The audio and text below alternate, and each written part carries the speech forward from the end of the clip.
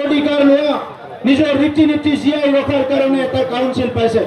এই কাউন্সিলত কোনোবা আজি জপিয়াই পৰিছে, অতি দুৰ্ভাগ্যজনক কথা। কিন্তু কোনোদিন বড়োলেণ্ডৰ মানুহে সংগ্ৰাম কৰাটো কেতিয়াও পাহৰি যোৱা নাই আৰু পাহৰি নাযায়।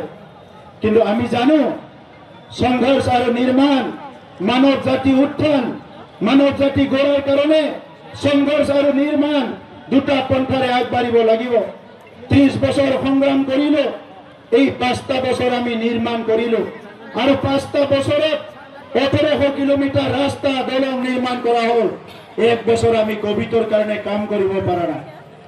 35 বছৰ 25 বছৰৰ পৰা বৰষুণ পৰি থকা, ক্লাছ কৰিব নোৱাৰা, আজি স্কুলবিলাক আমি 1800 স্কুল ঠিক কৰিলো মাত্ৰ 3টা বছৰত। 1800 স্কুল BPF এই কাম কৰিব পৰা নাছিল।